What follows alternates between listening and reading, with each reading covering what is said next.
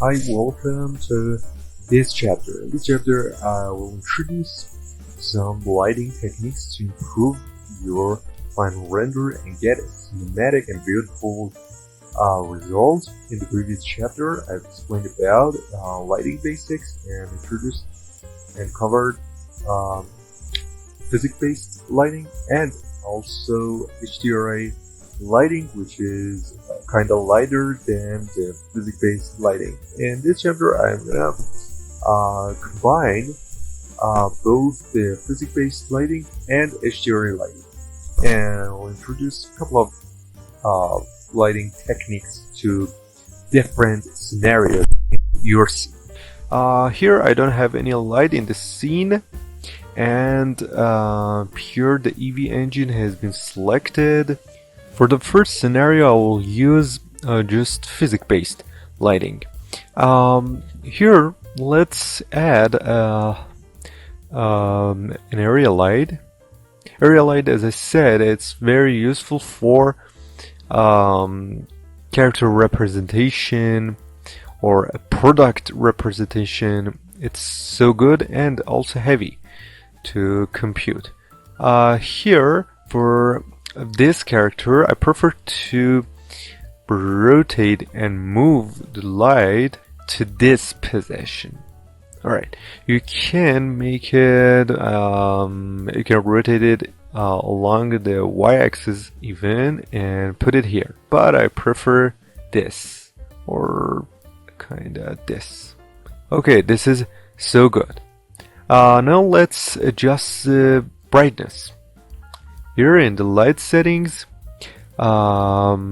this color is good. Actually, the color is based on your environment and the theme of your environment, the atmosphere you want. For example, you want a warm environment, so you can use an orange color. Here, this color for now is working. Next is power. And let's increase it and select this. 100 is better. Right, this is good. You may think we don't have shadow yet, but we have shadow. But the jitter shadow is not activated, and we have shadow leakage. Here, let's enable it, and as you can see, we have some better shadows. And reduce it, reduce the filter, reduce the resolution. This is better. Also, you can scale down the light using the S key to get sharper shadow. You can see this is so good. And okay, this is better, I think. The next is rim lighting.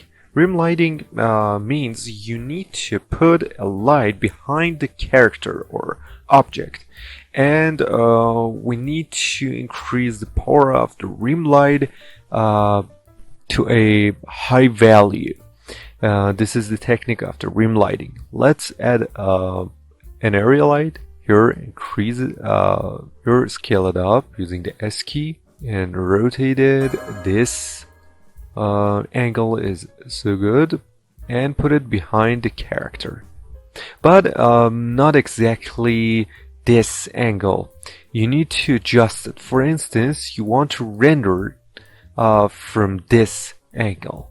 Alright, so you need to rotate it along the z-axis a little, or you want to render from this angle. You need to rotate it like this along the z-axis. It depends. Here, my rendering angle is this angle, and alright, this is so good. But we need to enable the jitter and make sure the jitter shadows in the Eevee is activated, and increase the power. For instance, a high value like this. And as you can see, we have a beautiful effect. This is so good and make a cinematic rendering for you. Don't make it so high or so low. For instance, here this is the rim light. I rename it using the using double clicking. Here, if I make it 100, and as you can see, this is not good. Or make it 1000, and as you can see, this is so powerful. But I think 700 is good and works. Alright, this is the rim lighting, and as you can see, my scene is real time, and this is final render. If you press the 0 key on the numpad, you can go to the camera view. I will explain about the camera rendering and camera options later, but as you can see, we have a beautiful lighting, and it's so good. In some cases, you can put another light here at the side, at the opposite side of the camera angle. For instance, if your camera is here and this is your rendering angle, you can put the light here. And my camera is here, and I need to Shift D, press Shift D to duplicate. And here, rotated. Okay, this is so good. Press G to move the light. Alright, this area is good. And we need to select another light. For instance, based on your atmosphere and based on your environment theme. For example, this. As you can see, it's so beautiful. You can scale it up and pick a higher power. This is so good and so cinematic in some scenarios. For example, we can pick a red color, for example, in some scary and horror atmospheres, and this is so good. Also, you can here you can decrease the power for this slide if your scene is kind of horror. Alright, let's put the render engine on the cycles and see the cycles result. It's kinda better. Okay, now the render engine is cycles and GPU compute is on. Also, we don't need jitter shadow in this render engine, and here if I select one of the lights, we don't have jitter shadow, and in the rendering section we don't have this option as well.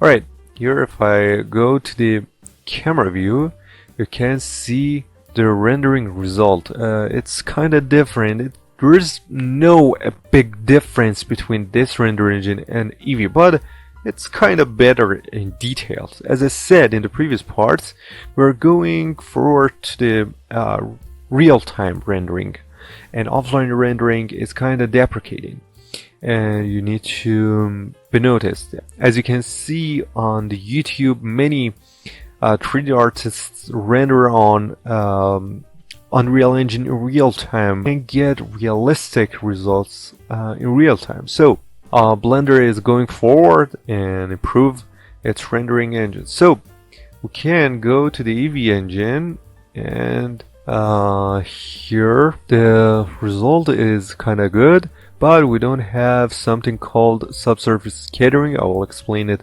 later, which is light pass through the thin areas of the object, like ears and some thin skins and so on. But we can rely on it for a fast rendering, serious fast rendering.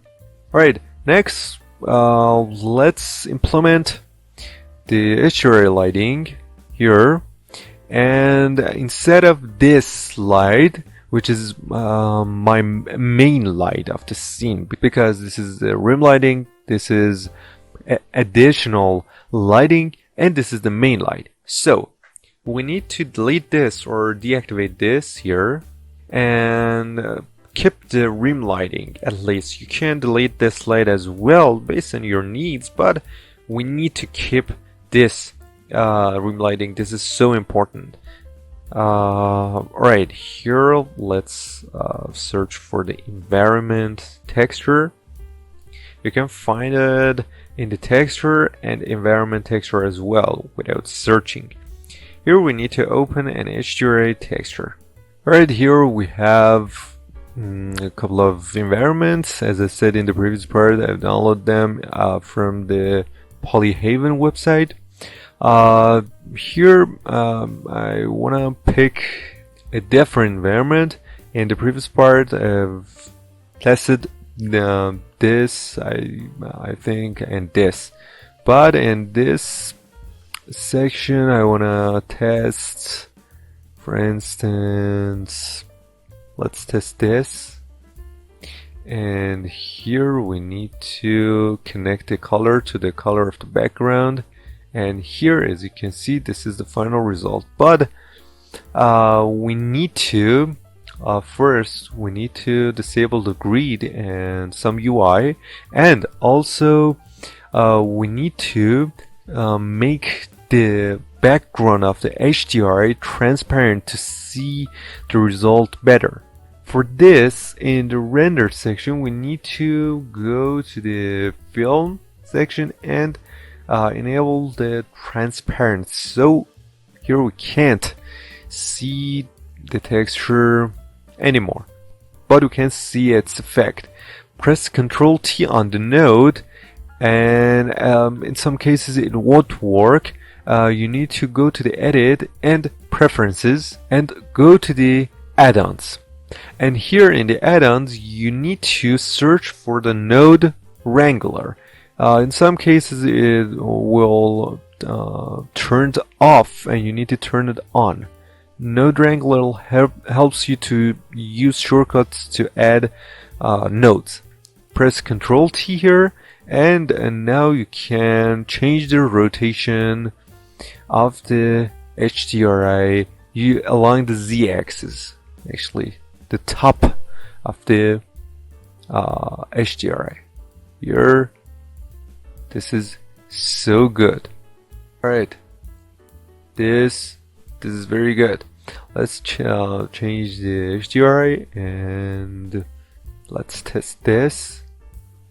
And as you can see, this is good as well.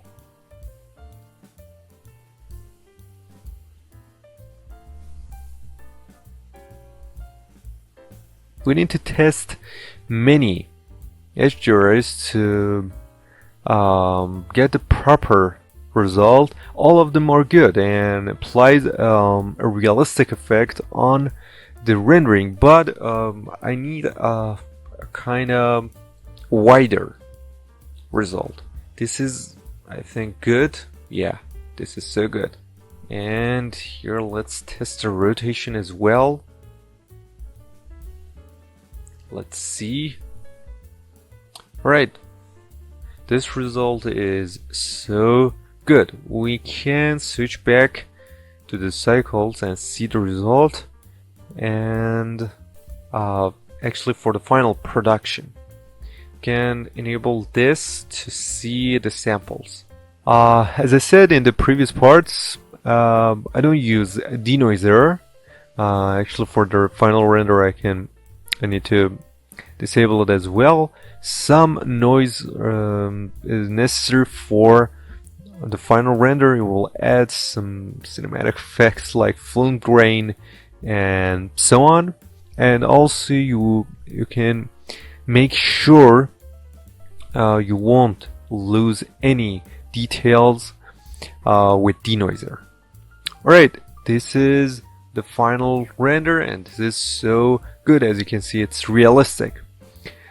These two lighting techniques I've explained are so useful for many scenarios, but the most important part is the rim lighting, and you need it for many cases. It will very useful and helpful for many renderers, character representation, product representation, creature representation, just like this scene.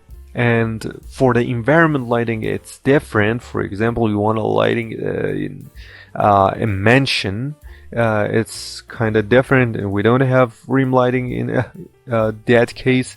But for these kind of renderings, we need rim lighting. It's so helpful and adds cinematic effects to your result. In the next section, we'll start 3D modeling. So, see you later.